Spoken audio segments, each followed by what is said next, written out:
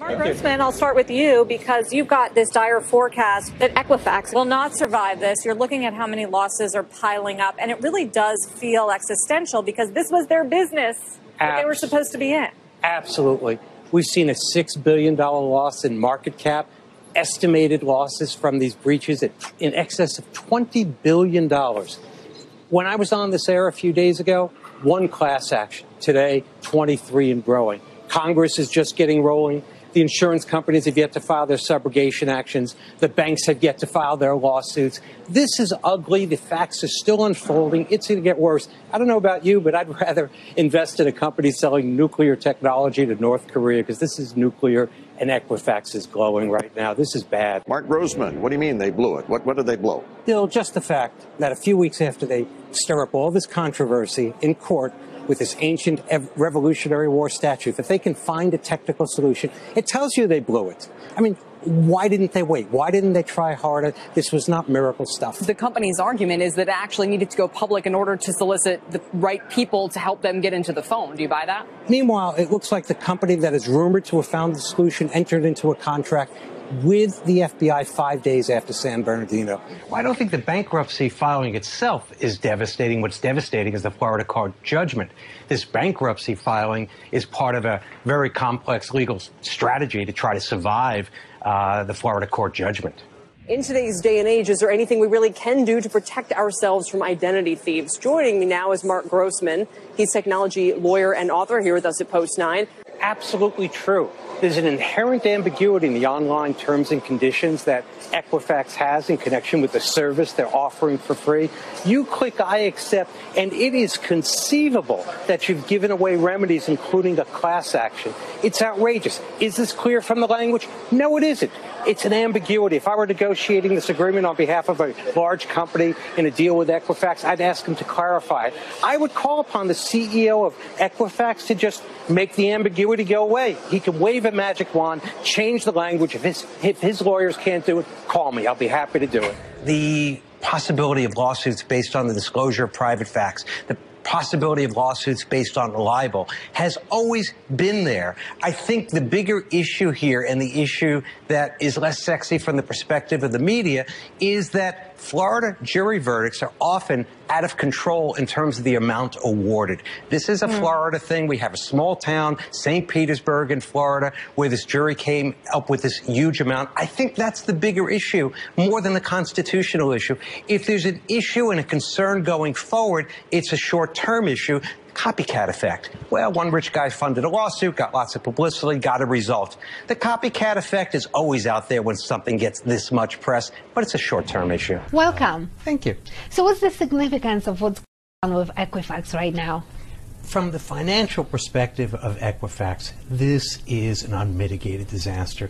As things unfold, it only gets worse. Right now, as of now, we're looking at about $6 billion in estimated loss of market cap.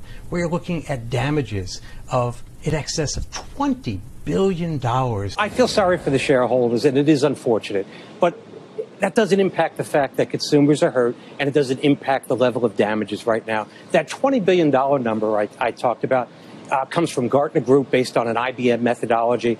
It's an ugly number, and while shareholders may be hurt, it's not a pretty picture. I mean, that $20 billion number, by the way, the potential liabilities, when you consider that the company's market capitalization, it's only worth about $11 billion right now. And that's where we're pointing to. We're pointing to a bankruptcy. We're pointing to a takeover. We're pointing to nothing pretty. There's no standard. It's vague. Best practices, best of breed. We use words like that. But here's the problem. This is like the firehouse burned down. They are the credit reporting agency. They have all this data. There's already a class action filed in connection with this thing. And basically, the simplistic argument of this complaint is they were more concerned with their profits than spending money on proper cybersecurity. But here's the problem. It's a reality. No matter how much they spent on cybersecurity, there are no guarantees. Actually, Apple comes out looking worse. Not a scientific poll, just a way of gauging sentiment. A lot of people, it seems, are actually now saying, hey, wait, it's pretty obvious that these phones can be hacked. They're not that secure. There's our vote. 60 to 40% think this is a bigger problem for Apple here. But you know what? There is no such thing as a final word when it comes to security. It's always measure, countermeasure, countermeasure. So government won this round. Apple will now attempt to plug the newest hole. They'll lose that round, and then they'll plug another hole. This goes on forever. It's always, what can you do today? What can you hack today? With Congress getting involved with their investigations, Rick Smith's going there to testify. Could this potentially lead, as it often does, to a new law? In this particular case on cybersecurity? I think it's almost inevitable. I see this as the straw that broke the camel's back.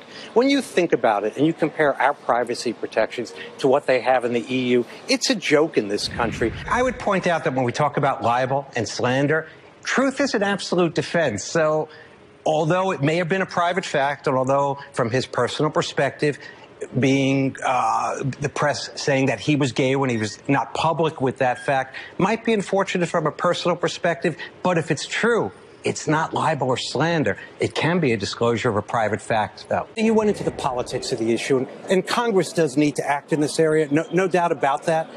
But so far, Congress has abdicated with its authority in this area. Unfortunate, but the reality. Here's the net-net. The FBI could hack the phone. They did hack the phone. It took them just a few weeks. Creating this public controversy in the face of Congress's abdication of authority in this area made no sense at all. The judgment of the Florida court is probably larger than the assets of Gawker. So in terms of money at risk, the money's gone. The assets are gone. Those who own the company, the stockholders, will probably get nothing out of their investment. So as far as further lawsuits, it's kind of like pile them on. In Europe, you have a right to be forgotten. So if you have data online and you want Google to lose it and take it offline, you have the right to do that. You have the right to control the use of your data. You don't have to give up the equivalent of your social security number in Europe. These are the sorts of things that go on in this country. We only protect medical data. We only protect financial data. It's a patchwork. It's time we had something more comprehensive, much more like what they have in Europe. Yeah, but the companies should have been able to police themselves, especially if they were selling themselves to protect your identity. That's the amazing part. They should have. And this is like the firehouse burning down in the middle of a forest fire. I mean, we have all these cybersecurity breaches, Sony, Target. This is the repository of everybody's data, and they couldn't protect it. But you know what? The federal government's had its breaches by foreign powers. It's going to continue to happen. It's over for privacy. It has been a tough controversy that we've had to deal with the last several weeks here. Gentlemen, good to see you both. Guys, thank you. Robert Siciliano, Mark Grossman. Good conversation, though, guys. Thank you both for joining us. Thank you. Thank you. Thank you so much. Thank you. My guest was Mark Grossman. He's a technology lawyer.